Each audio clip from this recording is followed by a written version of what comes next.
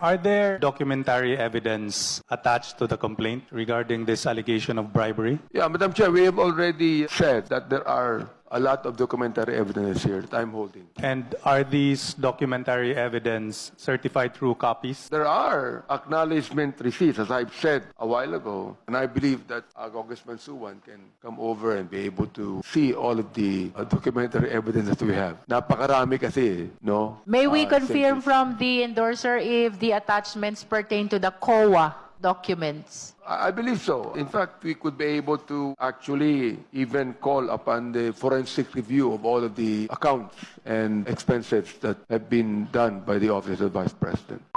Yung bahong mga dokumento ng pagtanggap ni Mary Grace Piatos, Chippy McDonald, Carlos Miguel Huishi, ito hong lahat ng ito. Ito bang mga dokumentong ito hawak na po ng komite o ito po ay hihingiin pa lang po ninyo sa COA? Wala pa pong hawak na ganyan ng Justice Committee.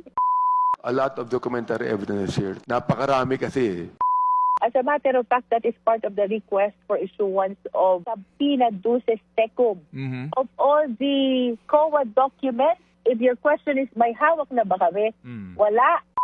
A lot of documentary evidence here. Napakarami kasi. Except for some na naka-attach doon sa impeachment complaint.